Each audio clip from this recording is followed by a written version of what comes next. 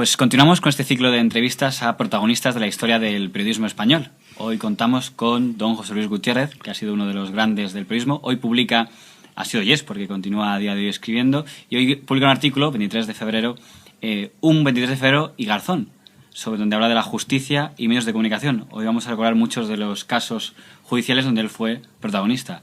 Muchas gracias por haber venido a Periodista Digital, José Luis. Bueno, gracias a vosotros. Ya he venido varias veces y, en fin, estoy encantado de estar aquí. En la casa, en fin, es que sois uno de los periódicos pioneros, ¿no?, en la red, ¿no? Muchas gracias. Gracias a Alfonso Rojo y a toda la redacción, a todos vosotros.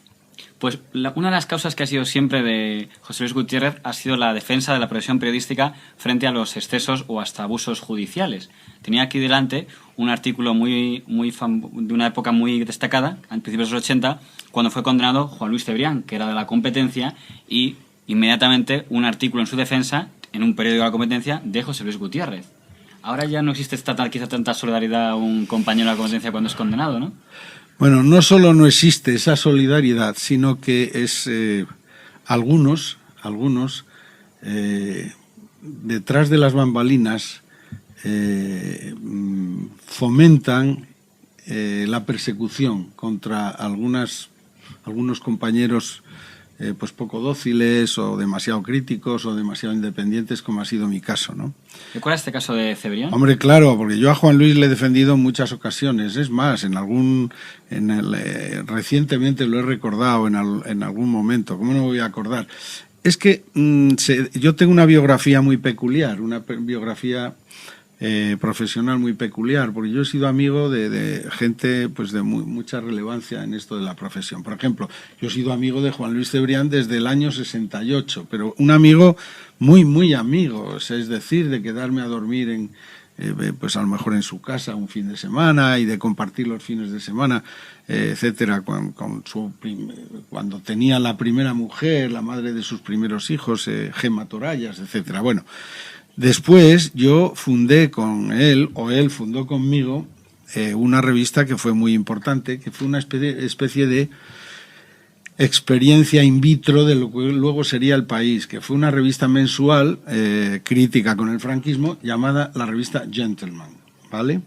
Y bueno, yo como era una persona que estaba muy familiarizado con la cultura anglosajona y con el periodismo anglosajón, porque yo me eduqué, estudié parte del bachillerato en un país, en Irlanda concretamente, y en Inglaterra, pues hicimos la revista Gentleman, que era una revista crítica con el franquismo, cuando en pleno franquismo pues no se podía andar con bromas, ¿no? Bromas las justas, ¿no? Porque a la mínima pues te pasaba lo que nos pasó a todos, lo que me pasó a mí, le pasó a más gente, ¿no? Entonces, pues yo con Juan Luis he sido, ya digo, muy amigo. Yo no sé si él se ha comportado con la misma generosidad conmigo que yo con él, pero bueno, es igual. Oye, tampoco la hora de las conductas personales, cada uno allá con su conciencia, ¿no? Pero efectivamente yo apoyé, pues siempre apoyo a la gente, ¿no? A la gente que tiene problemas,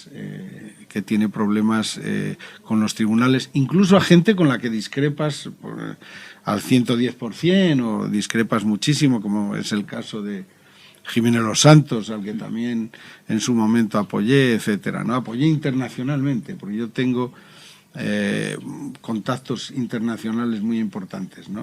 Que luego hablamos de ellos si quieres. Por poner el contexto, estamos en 1980 y José Luis Gutiérrez es una de las firmas más importantes del Grupo 16, una columna fundamental en la transición, hasta me atrevería a decir temida por algunos, que era la de gritos y susurros. Sí, exacto, sí.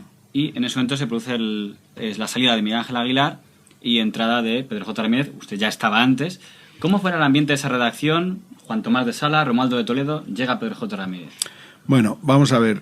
Vamos a editar ahora, en breve, la revista Leer y la editorial Leer. Vamos a editar un libro muy interesante sobre el Grupo 16, sobre todo sobre Cambio 16, ¿no?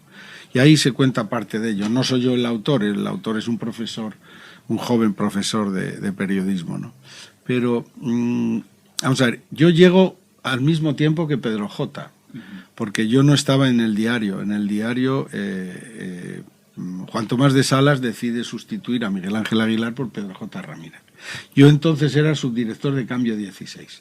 Y entonces a mí Juan Tomás de Salas me pide que vaya al periódico, que vaya a acompañar a Pedro J., que, en fin, un poco, pues hombre, yo que soy de la casa, soy un antiguo de la casa, pues que vaya allí a acompañarle en una aventura pues casi suicida, ¿no? Porque el periódico estaba sentenciado, vendía muy poco, no podíamos tirar más de 32 páginas diarias, teníamos la competencia tremenda del diario El País, que ya era un periódico muy consolidado, había nacido 4 años antes, igual que Diario 16, y pues me fui allí con él, ¿no?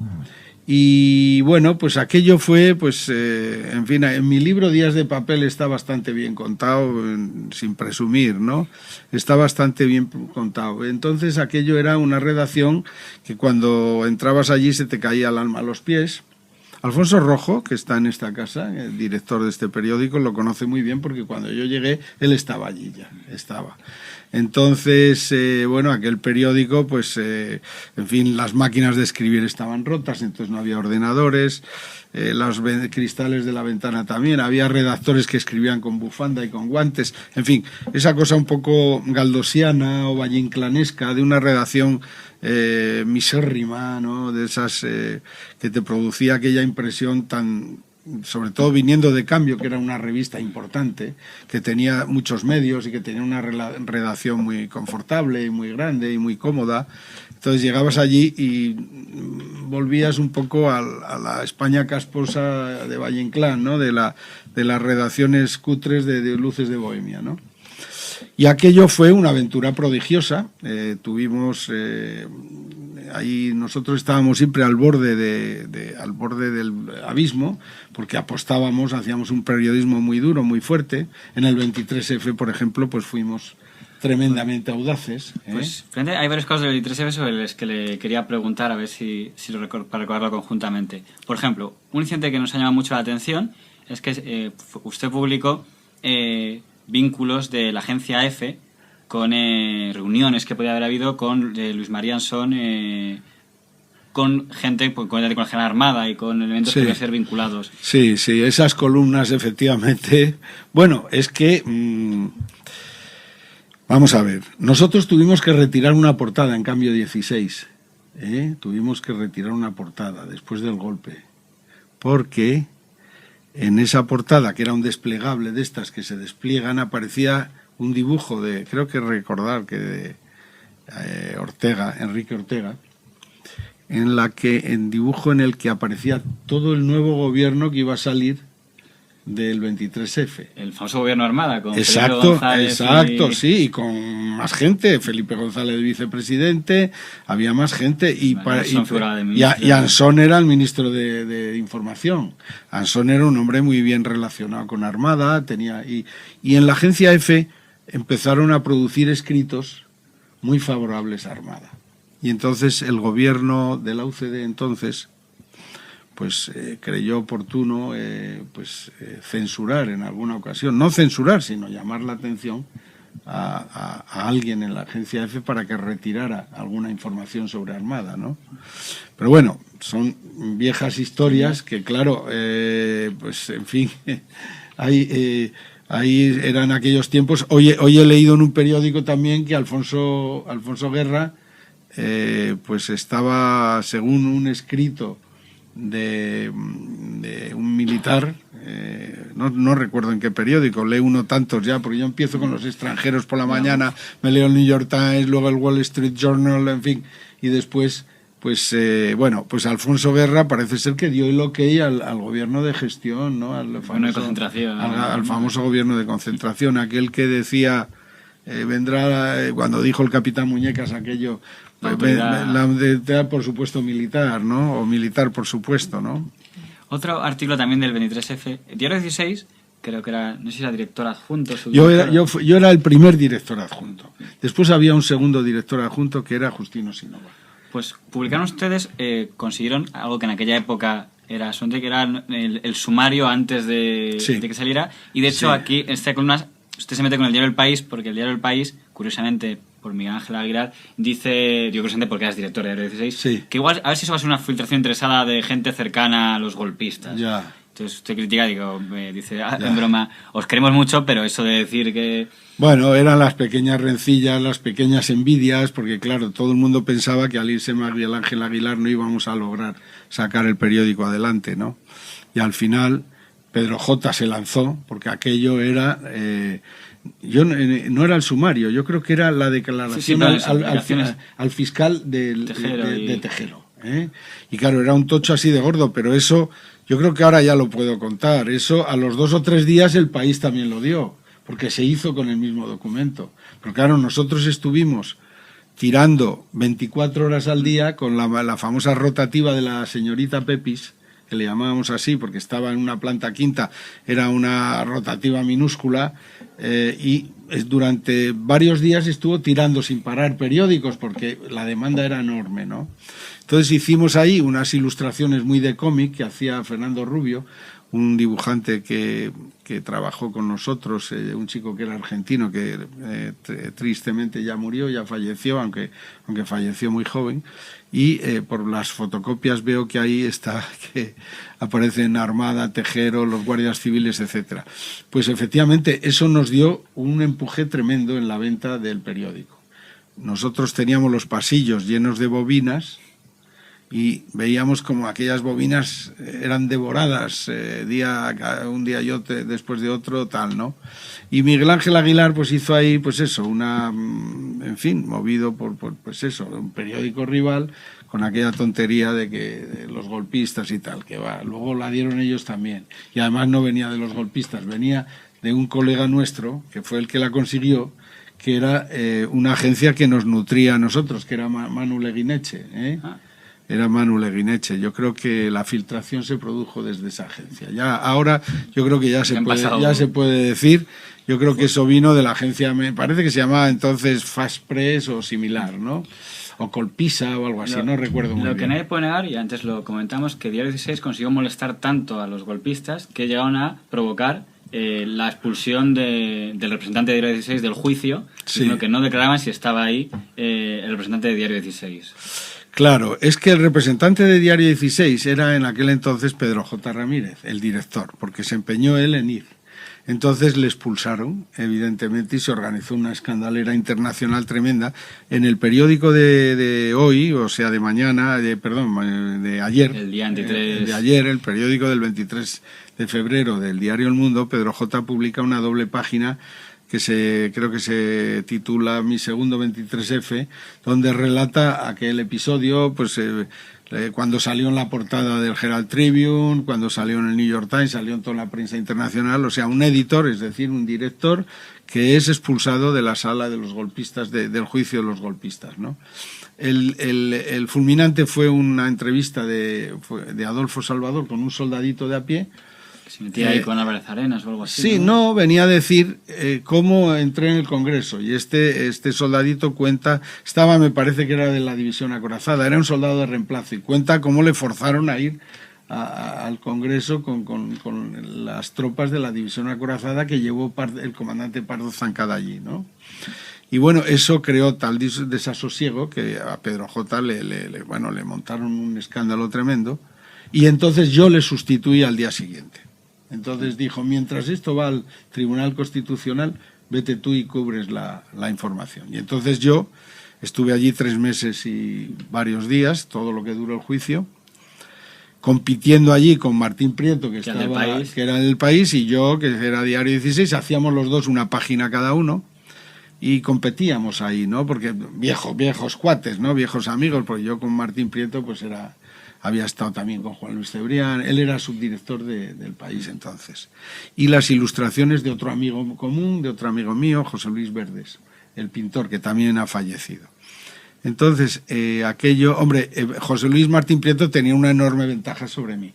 Y es que nosotros salíamos desde a las 5 y pico de campamento, del juicio, de las sesiones del juicio, y él tenía hasta las 9 y media para escribir. Y en cambio, pues yo con nuestra precariedad tecnológica e industrial, pues tenía apenas una hora para escribirme 5 o 6 folios, ¿no? Y tenía que ir escribiendo mentalmente en el taxi que iba desde campamento hasta el periódico, tenía que ir escribiendo la página mentalmente, ¿no? En aquella época había varios periódicos de la competencia que se hacían mucho eco de su trayectoria. Por ejemplo, en ABC, leo a Emilio Romero, dice: José Luis Gutiérrez es uno de los buenos periodistas de ahora mismo y prisionero del patio de vecindad de los políticos. Hay quien llega a decir que este era el periodista de cámara de Felipe González. ¿Cómo era esa relación? Y eso lo dice él, ¿no? Bueno, lo dice él y más gente lo decía. La verdad es que yo... no voy a decir que yo era el periodista de cama de Felipe González, pero yo sí era muy amigo de Felipe González. O sea, yo era una persona muy próxima, muy cercana a González y al PSOE, ¿no? ¿Para qué lo voy a negar? ¿Emilio Romero, ¿no? lo decía por algún tipo de pique? ¿O? No, porque Emilio Romero, quiero decir, no era rival ni adversario, porque, quiero decir, la credencial democrática que tenía yo o que tenían otras personas, pues Romero pues no la tenía, y en cuanto le decías 2 cosas, pues se tenía que callar, ¿no? Pero hombre, usted ha sido el periodista emblemático del franquismo. Bueno, pues ya su época pasó, pues cállese, hombre, no sea usted tal, ¿no? Yo alguna vez le di un pequeño soplamocos porque me parecía una osadía en la vida. Hombre, tú tienes un periodo de esplendor, y él ya vivió él vivió 40 y tantos años del franquismo, siendo el periodista más importante del franquismo. O sea que no es lo mismo, claro. En el episodio del 23F, una última cosa que llegaron a hacer que también marcó mucho fue un organigrama que pusieron en portada. Parecía que era del gobierno, luego el gobierno no dejó del todo claro si era de ellos. Fernando Reilen creo que era el que firmaba el tema. Ahora que ya pasó un tiempo, ese organigrama donde se señalaba, y se sentó especialmente mal al ABC y al YA, que eran señalados, ¿cuál fue su origen? Bueno, yo no lo recuerdo muy bien, pero ahí las cosas se hacían colectiva y corporativamente. Aunque Fernando Reilen lo firmara, ahí las informaciones, siguiendo un poco los viejos principios de la prensa anglosajona que nosotros seguíamos. Hombre, no, en cambio intentábamos seguir los pasos de Newsweek, ¿no? Donde en Newsweek había hasta redactores en el servicio de documentación, pero allí pues trabajaban las 3 patas de una información, de una cover, eran los investigadores, los documentalistas y el redactor que escribía la historia, ¿no? Bueno, pues ese espíritu colectivo de hacer historias colectivamente se trasladó a Diario 16. Y Fernando Reilen, que era militar, que había sido de la UMD, etcétera, y que estaba con nosotros, pues tenía muy buena información de dentro del ejército, ¿no? Y luego nosotros la teníamos procedente de distintos territorios, distintas fuentes, ¿no?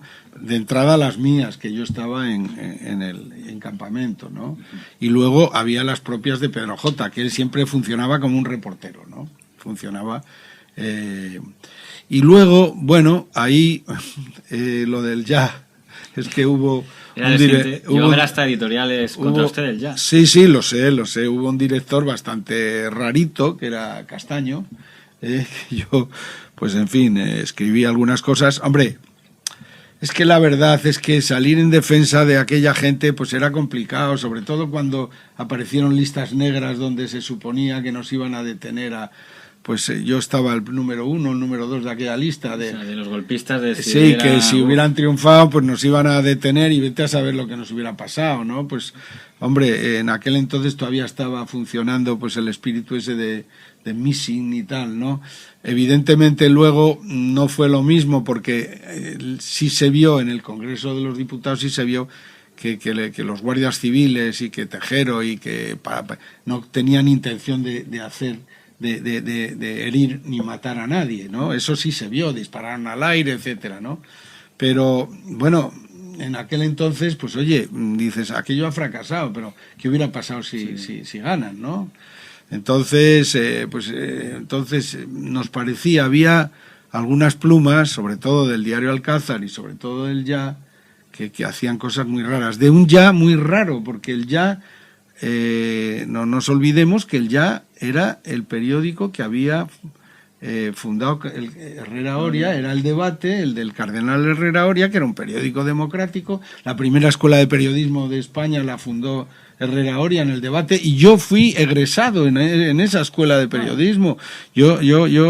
A mí, aunque luego tuve que hacer la convalidación en la escuela oficial de periodismo, porque la franquista, porque te obligaban, yo estudié la carrera en la escuela de periodismo de la Iglesia, y luego tuve que convalidar en la escuela oficial, y luego ya saqué la licenciatura en la Facultad de Ciencias de la Información.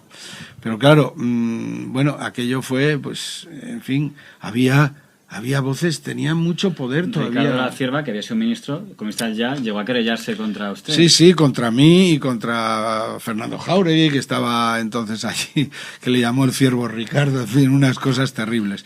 Pero, pues sí, porque, en fin, había gente que jugó un poco sucio entonces, ¿no?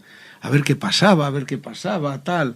Y los que estábamos inequívocamente basculados en esa dirección, pues decíamos, hombre, pues no, vamos a, en fin, hay que contar. Luego éramos más jóvenes, también más felices y más indocumentados, esa vieja frase generacional que ha estado circulando por ahí un poco valle inclanesca y tal, ¿no? Y bueno, yo me lanzaba a las piscinas bien informado siempre bien informado, porque yo tenía, en la escuela anglosajona la tenía muy metida. Yo desde que fui adolescente estudiando en Inglaterra y en Irlanda, yo leía los periódicos anglosajones, leía el Newsweek, el Time Magazine. Entonces, eso a mí me impregnó mucho, ¿no? En la entrevista al señor Oneto que hicimos antes, él recordaba un incidente del Grupo 16 de cuando fue secuestrada una edición por hablar del caso Almirón, sí, que vemos aquí que usted personalmente con el señor Dávila, como habían confirmado con el ministro Barrio Nuevo. Sí. Me sorprende especialmente que con esas malas relaciones que había con el señor Fraga, usted hace poco comentó que en otro momento el señor Fraga salvó al Grupo 16. Bueno, eso lo dijo él y nunca me explicó por qué, ¿no? Dice, ahora se ha muerto, nunca me lo explicó, pero él secuestró, bueno, no fue él el que lo secuestró, lo secuestró por órdenes suyas. Vamos a ver, la historia la escribió, yo creo que ya no estaba en Cambio 16, porque esto no recuerdo muy bien qué año es, el 83 creo. 83, yo ya llevaba 3 años en Diario 16 y no estaba en Cambio, pero la historia creo recordar es del año 83, el autor de la información era José Díaz Herrera, un conocido investigador de la revista, y el que puso la querella y provocó el secuestro fue el jurista del Partido Alianza Popular llamado don Alberto Ruiz Gallardón. El actual ministro de Justicia. El actual ministro de Justicia. Vamos a ser justos, ¿no? Y lógicamente por orden de Fraga. Rodolfo Almirón, todos lo sabemos, era un ultraderechista argentino que era de la AAA y lo único que hizo Cambio 16 fue contar sus antecedentes y decir, Fraga tiene a un pistolero de la AAA como jefe de seguridad. Eso fue así. Y, bueno, pues lógicamente pues salimos en tromba todos ayudando, ¿no? Salimos todos en tromba. Bueno, en fin, ya veo que el trabajo hemerográfico que has hecho sobre mí, modesta persona, es exhaustivo, vamos. Qué barbaridad, Lo digo porque llama la atención que usted, que había sido señalado como amigo de Felipe González, sí, de repente no, estoy simplificando mucho, pero saca un libro con Armando Miguel, La misión del César, que es considerado prácticamente una declaración contra el felipismo, y de hecho don Javier Pradera dice que es una vergüenza de libro, que es una exageración, una caricatura. Ya. ¿Qué sí, pasó bueno, ahí? yo a Javier, yo era muy amigo de Javier Pradera y que en paz descanse, el pobre hombre murió, además ha ido a morir en un día tan señalado. No, en elecciones no, ha muerto el mismo día que Franco. Es verdad, claro, que el 20 de noviembre, o sea, Javier Pradera, que además eso es un poco... ahí hay un vínculo, parece como si algún dedo omnipotente lo hubiera decidido, ¿no? Porque los Pradera fueron una familia franquista, los del protomártir, Víctor Pradera, en fin, su padre, su tío, etcétera. Exacto, ¿no? Todas las calles de Madrid estaban llenas de praderas, ¿no? Entonces Javier Pradera pues se hizo del PC enseguida, un poco como reacción por su pertenencia a una familia de tanta raigambre franquista como los Pradera, y yo, él era un hombre muy importante del país, y yo me llevaba muy bien con él por los tiempos de mi relación y amistad con Juan Luis, y entonces le dije, oye, te mando este libro, me gustaría que escribieras en el país de él. Y dice, sí, sí, y entonces escribí una cosa tan feroz y tan dura, que entonces yo llamé al director entonces, creo que era Joaquín Estefanía, y le dije, oye, mira, esto es intolerable, me tienes que dejar que responda. Y dice, ya, hombre, pero tal. Bueno, entonces me publicaron tres folios de respuesta. En lugar de hacer un artículo, me lo publicaron como carta al director, pero salió y tal, ¿no? Y Javier se enfadó mucho, ¿no? Porque se enfadó mucho porque decía, pero si me has pedido que escriba y cuando escribo me machacas en mi propio periódico. Digo, hombre, que escribas, pero no te dediques a insultarme y a agredirme y a decir que yo soy un escritor de cartas astrales y que el libro es la carta astral de Felipe González. Hombre, no, bueno, pero bueno, son pequeñas batallitas de estas que no quiero. Estoy inactivo, como bien has dicho, y a veces tengo la sensación de ser no quiero caer en el abuelo cebolletismo, ¿eh? Pero no es incompatible. No, ya, hombre, claro que no. Cada uno es hijo de su propia historia, de su propia biografía, de su propia trayectoria, ¿no? Pues usted es un testigo excepcional de muchos hechos que pasaron. Por ejemplo, en el año 89, en el grupo 16, pasaron dos cosas muy importantes. Una fue el reemplazo de Pedro J. Ramírez como director por decisión de don Juan Tomás de Salas, y el segundo, una extraña operación económica del grupo Ersan Santalla para hacerse con el grupo 16. De lo primero se habla mucho, de lo segundo se habla muy poco, de las dos cosas le quería preguntar. Bueno, pues la primera, yo le dije a Juan Tomás, creo que acabas de cometer el error más gordo de tu vida de empresario, creo que es inadmisible, intolerable que hayas echado a Pedro J.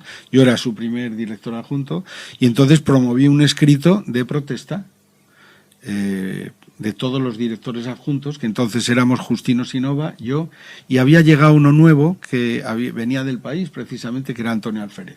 Y lo firmamos los tres, y no sé si firmó alguien más, pero creo que no, creo que éramos los tres directores adjuntos, y apoyando a Pedro J. Pero bueno, él estaba decidido, me puedo equivocar, pero tal, él se puso, él accedió a la dirección, y bueno, accedió a la dirección y estuvo una semana para luego traer a una persona como fue Badía y Liberal, un chico sin experiencia en dirección de medios y sobre todo a un periódico con tanto punch y tan vigoroso y tan pugnaz y tan luchador como Diario 16, pues Enrique Badía pues llegó allí un poco, pues en fin, que duró duró apenas un año y fue sustituido por Justino Sinova. Hoy se habla de todo esto en el periódico si me permites, desearía hacer un inciso. Sí. En el periódico El Mundo, donde yo escribo, hoy Pedro J. cuenta todo el episodio del 23F, cuando él le echaron y tal. Quiero decir que ahí, como antes he señalado, el que lo sustituí fui yo. Pero él, quizá por falta de espacio, porque no se acuerda, ahí hubo un apoyo muy importante, que recibimos entonces, que fue el del alcalde de Madrid, Enrique Tierno. Yo, que había sido tiernista, yo que había sido una persona muy cercana a don Enrique, a don Enrique Tierno, pues me llamó y me dijo: hombre, amigo Gutiérrez, desearía invitarles a comer al director y a usted. Y poco después de expulsar a Pedro J. del juicio, nos invitó a comer a los tres, acompañado por el jefe de prensa de entonces, y comimos ahí en Los Porches, creo recordar, en el paseo de Rosales, y dijo que entiendan esto como un homenaje del pueblo de Madrid a su valentía y a su lucha por la verdad y sobre todo contra la reacción y a favor del sistema democrático y de las libertades. Eso fue el testimonio de Tierno Galván, que le agradecimos muchísimo, sobre todo el director, que era Pedro J., ¿no? Hoy escribe él, que si puedo decir otra cosa también de hoy, es mi columna del Mundo de hoy, en el que hablo de Garzón en un 23F, que es el de hoy, decir que yo tengo una gran inclinación hacia el perseguido, y que yo soy una víctima del franquismo, no solo porque me procesaran en los tiempos de Franco y tal por la revista Gentleman cuando la dirigí, sino porque he estado 14 años procesado y condenado por la ley de prensa de Franco, que increíblemente sigue vigente, Pero bueno, acabaremos con ella. Luego, si quieres, te cuento por qué no logramos cargárnosla en el año 2006. Pero bueno... por terminar con el episodio este del 89 de... Ah, sí. El episodio era el de lo de Ersan, que decía que estaba ahí detrás Mario Conde para hacerse... Bueno, yo creo que eso fue un episodio donde había gente del mundo que estaba... Él había contactado con gente del mundo, y evidentemente. Lo que pasa es que se intentaba lograr que Juan Tomás de Salas perdiera la mayoría. Y entonces, al perder la mayoría, pues entonces el grupo 16 hubiera caído en sus manos fácilmente. Pero él se movió societariamente con mucha rapidez y con mucha habilidad, y logró conjurar ese ese peligro. Y luego Gersán no tuvo más remedio que pactar con Juan Tomás de Salas, e incluso meter bastante dinero que nos permitió subsistir durante bastante tiempo, ¿no? Porque Juan Tomás sí se movió con rapidez entonces, ¿no? Y entonces, bueno, pues sí se decía que gente relacionada con la operación del Mundo y con el propio Mario Conde estaban en esa operación, cuando el famoso Jesús Santaella, etcétera, ¿no? Pero bueno, viejas batallas, viejas peleas. Hay dos contribuciones suyas en la prensa de entonces, pero digo porque usted asciende a la dirección, sale el señor Sinova, dicen que por el caso Ibercorp, y asume esta dirección, y hay dos casos muy polémicos. Hacía referencia indirectamente al tema de Gersán II, y yo tampoco quería dejar de darle por el caso Roldán, un equipo dirigido por usted, está el señor Irujo y tal. Sí. No sé bien cómo consiguió el que yo creo es de los mayores escándalos de corrupción del felipismo. Bueno, el caso Roldán, hasta el punto de que el propio González nos dio las gracias, ¿no? Porque él iba a nombrar ministro del Interior, ¿no? Y nos dio las gracias. No sé si en un ejercicio de supremo de cinismo o de hipocresía, o un acto de sinceridad insólita y poco frecuente, ¿no? Porque realmente ¿cómo se llama? González era un hombre muy contenido, y a la hora de las declaraciones se contenía mucho, ¿no? Entonces, evidentemente, aquella fue una operación, bueno, hay varios libros escritos sobre eso. Nos costó muchos disgustos, concretamente a mí, pues claro, me empezó a pegar brincos la mesa como si fuera la de un parapsicólogo y estuvieras trayendo a un ectoplasma a mi mesa de director, ¿no? Porque los teléfonos brincaban todos al mismo tiempo. Pero claro, el director general de la Guardia Civil decir que se ha llevado el dinero de los huérfanos y que es uno de los mayores corruptos, pues aquello organizó una convulsión tremenda, que incluso desde el rey para abajo pues todo el mundo llamó, ¿no? Y bueno, ahí aguantamos y al final nos dieron la razón, ¿no? Al final los hechos nos dieron la razón, ¿no? Hay dos temas de su salida de Diario 16, aunque está que me gustaría que diera tiempo a comentar con usted. Uno, me ibas a dejar que dijera algo de lo de Garzón de hoy, ¿no? Sí. Sí, un segundo nada más. Es que hoy escribo de eso de Garzón. Solo quiero decir que, claro, como a este hombre y yo discrepo de él en tantas cosas y no coincido con él en muchísimas de las que ha hecho o de las que ha dicho, pero yo siento una extraña solidaridad hacia la gente que soporta tal cantidad de linchamientos, ¿no? Y entonces yo en mi columna de hoy le aconsejo que haga lo que hice yo, que es ir al Tribunal Europeo de Derechos Humanos pues a defender su postura, ¿no? Sí, a Liaño le sirvió, ¿no? A Liaño le sirvió porque lo de Liaño pues parece ser que estaba bastante claro, ¿no? Su conducta más o menos impecable como juez, ¿no? Y bueno, pues yo creo que él ya va, por lo que he visto, ha pedido la nulidad de la sentencia del Supremo para ir al Constitucional, porque hay que ir a todas las escalas de la jurisdicción, o sea, tienes que ir después del Supremo al Constitucional y de ahí ya al Tribunal Europeo de Derechos Humanos, que es decir, no puedes saltar del Supremo a Europa, ¿no? Tienes que ir a todas las escalones de la jurisdicción. Entonces, yo espero, yo se lo he sugerido, ¿no? Porque dices, hombre, yo lo he pasado muy mal. Luego, si quieres, hablamos con detalle del caso Hassan II. Pero han sido 14 años terribles de condenas de todos los tribunales españoles. Hombre, por supuesto, el Supremo, y el Constitucional, que se lavó las manos y dijo que no era de su competencia. Y claro, son cosas muy gordas, son cosas gordas, y entonces yo entiendo lo grave lo mal que lo ha debido de pasar este hombre, o que lo debe estar pasando con su familia, etcétera, ¿no? Aunque bueno, él sigue los pasos de la justicia, ¿no? Uno a uno, los escalones debidos, ¿no? Y supongo que recurrirá a Europa, igual que hice yo, ¿no? Pero bueno, dicho eso, volvemos a la punto de la tarde. Se me ha echado el tiempo encima, pero yo no quería irme sin preguntarle dos temas ahí rápidamente que fueron muy impactantes y a mí la verdad me interesaba muchísimo. El primero era la famosa trama de acoso y derribo, en la que el señor Ansón le citó expresamente como miembro de esa supuesta conspiración. Y lo otro que me cuesta mucho entender es cómo, después de haber sido casi la persona que más dio la cara por Diario 16, nada más salir del diario, Alberto Domínguez, creo que es el presidente, hace un editorial... José Luis Domínguez.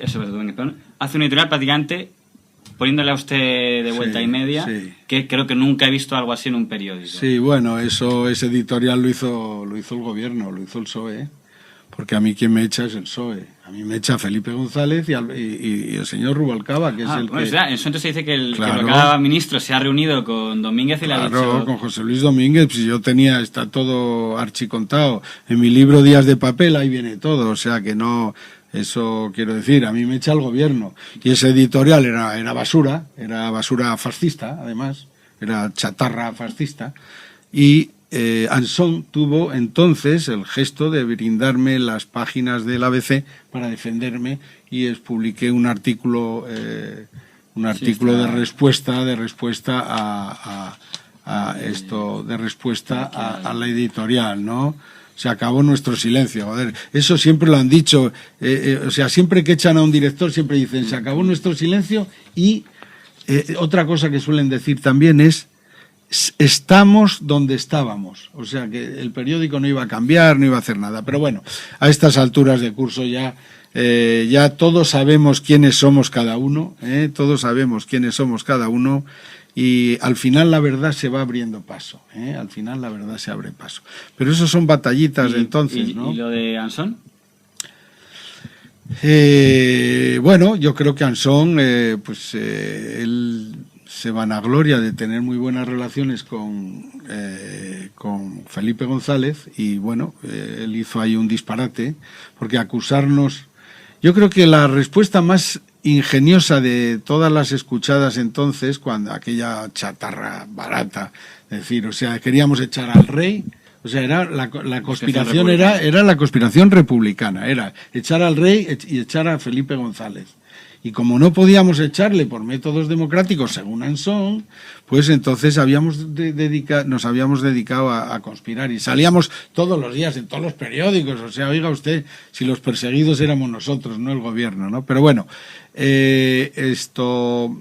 la respuesta más ingeniosa la dio Martín Ferrán cuando dijo: no se me ocurre ningún lugar más inapropiado para montar una conspiración republicana que el despacho del director de ABC.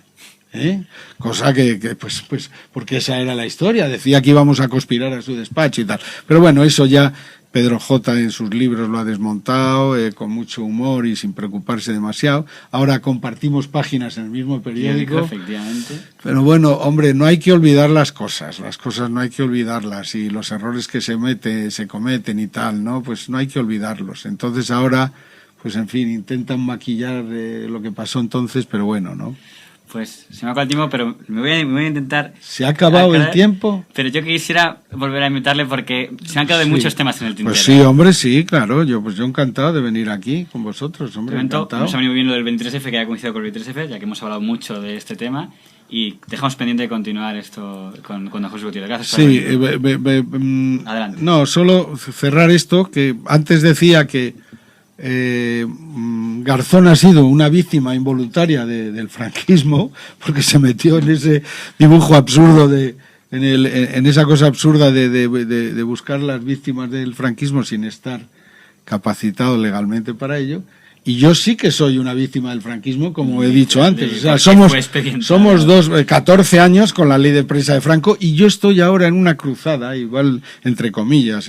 Uno de mis horizontes y de mis iniciativas es intentar que sea derogada la ley de prensa de Franco. Como voy a volver aquí otro día, si tienes a bien volverme a invitar, en Periodista Digital, yo diré que os contaré por qué la ley de prensa de Franco sigue todavía existiendo en nuestro país y no ha sido derogada. Y la culpa la tuvo Fraga en el 2006. Y ahí lo contaré, porque hicimos una sesión en el Senado con el World Press Freedom Committee de Estados Unidos y yo, y ya estaba decidido, incluso se redactó una ley derogatoria de la ley de prensa de Franco. Pues yo creo que es muy buen cebo ese, para decir, la próxima vez hablamos de por qué no se derogó la ley de prensa de Manuel Fraga. Muy bien, bueno. Pues muchas gracias, don José Luis. Pues gracias a vosotros, muchas gracias.